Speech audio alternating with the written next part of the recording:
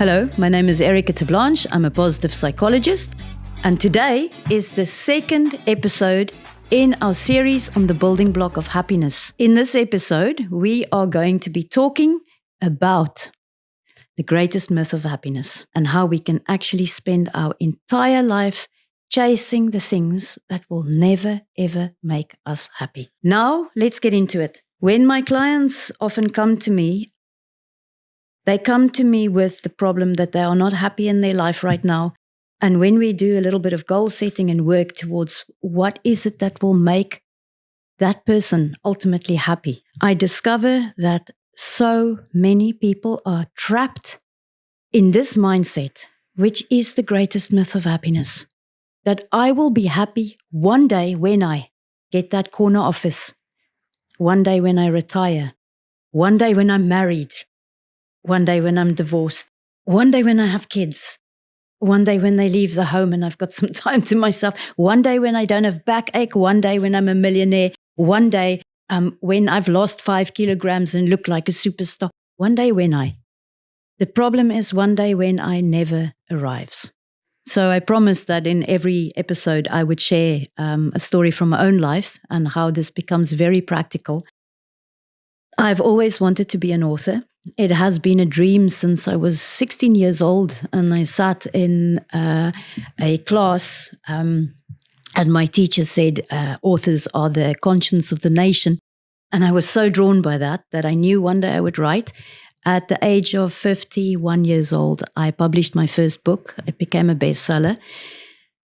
The joy, I cannot describe the joy to you, and the fulfillment and what it did for me. And that lasted for about 3 months. And that is the myth of happiness. In the science, what happens is we, as positive psychologists, we describe this phenomenon of us getting used to our great levels of great new fortune. We describe it as hedonic adaptation. And we basically find ourselves on a treadmill of running towards an objective, a goal, an achievement, something that we really, really want. It may even be a relationship. It may be a house, a car. It may be achieving some great legacy. When we run towards that objective and we achieve it, within 2 to 3 months, perhaps as long as a year, we get used to this new level of fortune and we need the next new thing.